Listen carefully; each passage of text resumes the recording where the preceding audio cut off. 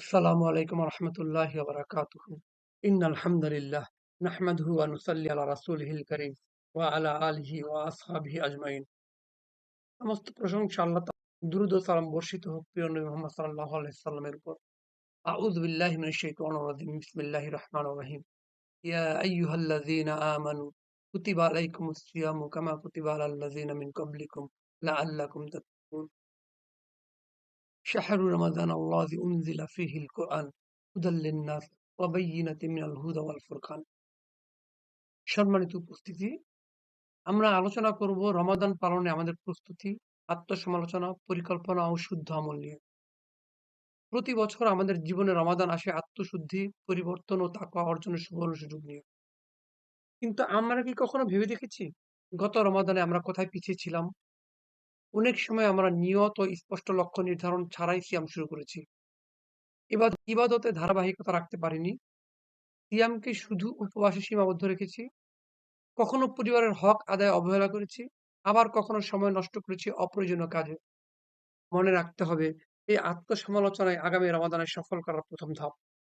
প্রিয় ভাই ও বোনেরা, এ বছরের রমাদান যেন হয় পরিকল্পিত লক্ষ্যভিত্তিক। আমরা প্রতিদিন ফরজ ইবাদত যথাযথভাবে আদায় করব। কোরআন তেলাওয়াতের পাশাপাশি তার অর্থ বোঝার চেষ্টা করব। সালাত, দোয়া, জিকিরে ধারাবাহিক থাকব। নিজের চোখ, কান, জিহ্বা ও মনকে নিয়ন্ত্রণের মাধ্যমে আত্মসংযম গড়ে তুলব।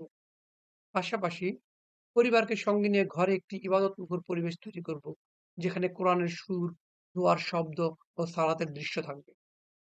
সম্মানিত শ্রোতা, রমাদান শুধু ব্যক্তিগত ইবাদতের মাস নয়, এটি পারিবারিক দায়িত্ব পালনেরও মাস। আমাদের কর্তব্য পরিবারের জন্য হালাল রিজিক নিশ্চিত করা, স্ত্রী ও সন্তানের ঈমানি তারবিয়ায় সময় দেওয়া, রোজার কষ্টে ধৈর্য ও সৌজন্য বজায় রাখা এবং ঘরে রমাদানের পরিবেশ গড়ে তোলা।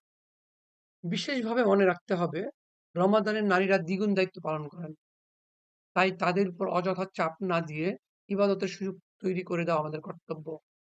তাদের সিয়াম ও আমলের মর্যাদা বোঝা এবং মাসিক সংক্রান্ত শরীয় বিধানের সহানুভূতিশীল থাকা আমাদের নৈতিক দায়িত্ব। প্রিয় উপস্থিতি, সিয়াম সম্পর্কে কিছু প্রচলিত ভুল ধারণা রয়েছে। নিয়ত মুখে বলা ফরজ নয়, মনে দৃঢ় সংকল্পই যথেষ্ট। ইফতার করার জন্য আজান শোনা শর্ত নয়, সূর্যাস্ত হলে ইফতার করা যায়। সাহারি দেরিতে খাওয়া সুন্নাহ, তবে অবশ্যই নির্ধারিত সময় শেষ হওয়ার আগেই শেষ করতে হবে।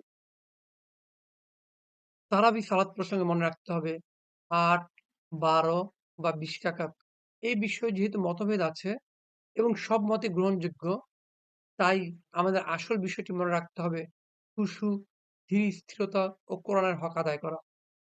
খুব দ্রুত তারাবি পড়ে যেখানে কিরাত ও সিজদা নষ্ট হয় সেখানে। আমাদের তা থেকে অবশ্যই বিরত থাকতে হবে। তাই ধীর স্থিরভাবে কোরআন তিলাওয়াত করা হয় এমন জায়গাতে আমরা তারাবি পড়ব ইনশাআল্লাহ। এই রমাদানেই রয়েছে ইতিকাফ, লাইলাতুল কদর ও সাদাকাতুল ফিতর, যা আমাদের দিন ও দুনিয়া গঠনে সহায়তা করে। প্রিয় ভাই ও বোনেরা, সিয়াম শুধু ক্ষুধা পিপাসা সহ্য করার নাম নয়, এটি তাকওয়া অর্জনের প্রশিক্ষণ। সিয়াম আমাদের শেখায় মিথ্যা, গীবত ও অশালীন ভাষা থেকে বিরত থাকতে। সিয়াম শিখায় দরিদ্রের কষ্ট অনুভব করতে এবং আত্মনিয়ন্ত্রণ ও চরিত্র গঠনের শিক্ষা দেয় সিয়াম। রাসূল সাল্লাল্লাহু আলাইহি ওয়াসাল্লাম বলেন, অনেক সিয়ামকারী আছেন যারা সিয়াম রেখে ক্ষুধা ও পিপাসা ছাড়া কিছুই পায় না। তাই পরিশেষে বলতেই হয়, আসুন আমরা সবাই নিয়ত করি, এই রমাদান হবে আত্মশুদ্ধি, পারিবারিক ইবাদত এবং সমাজ সংস্কারের মাস। প্রচলিত ভুল ও বিদাতি আমল পরিহার করে কোরআন ও সুন্নাহর আলোকে একটি অর্থবহ রমাদান কাটানোর তৌফিক আল্লাহ আমাদের সবাইকে দান করুন। আমিন। বারাকাল্লাহু লি ওয়া লাকুম ফিল কুরআনিল আযীম ওয়া নাফা'আনি ওয়া ইয়্যাকুম বিমা ফীহি মিনাল আয়াতি ওয়া যিকরিল হাকীম। ইন্নাহু তাআলা জাওয়াদুন কারীমুম মালিকুম আর রাউফুর রাহিম। আসসালামু আলাইকুম।